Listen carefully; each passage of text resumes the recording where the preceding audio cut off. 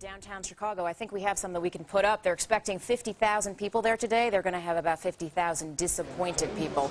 We're just learning from our Chicago Bureau. Also, the Associated Press has just confirmed that Chicago has now been eliminated in the first round of voting for the 2016 Summer Games. A big surprise to a lot of Olympic watchers who really had thought that this was a pretty tight race between Chicago and Rio de Janeiro, and that Chicago may have had an edge. Very high-profile visits they've had this week from the likes of President Obama, Michelle Obama, and Oprah Winfrey.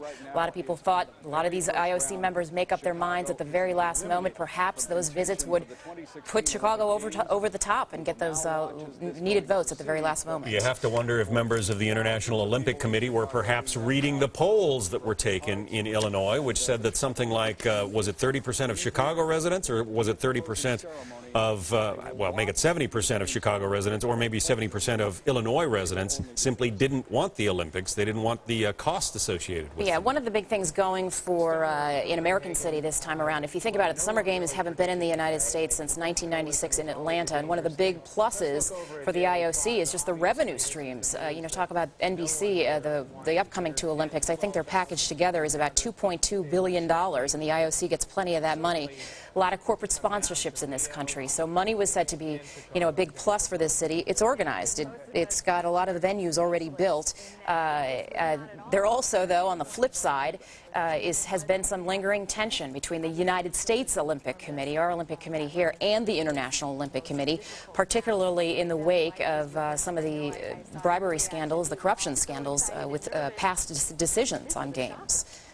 The big competition, Rio, we're waiting to hear. What happens now is they go on to a second round. Chicago's been eliminated, so it's Rio de Janeiro, Tokyo, and Madrid still in the running. I wish we could bring Brad Blakeman back on. He was one of the high officials in the Bush administration, the Bush 43 administration, and he was critical of President Obama for taking his presidential time to fly over to Copenhagen and personally make the pitch for the Chicago Olympics. Brad suggested that maybe not the best use of the president's time. Steve Brown is in Chicago for us. Steve, do they know? Does that crowd know? It sure kind of feels like they do and looks like they do. They don't look so happy.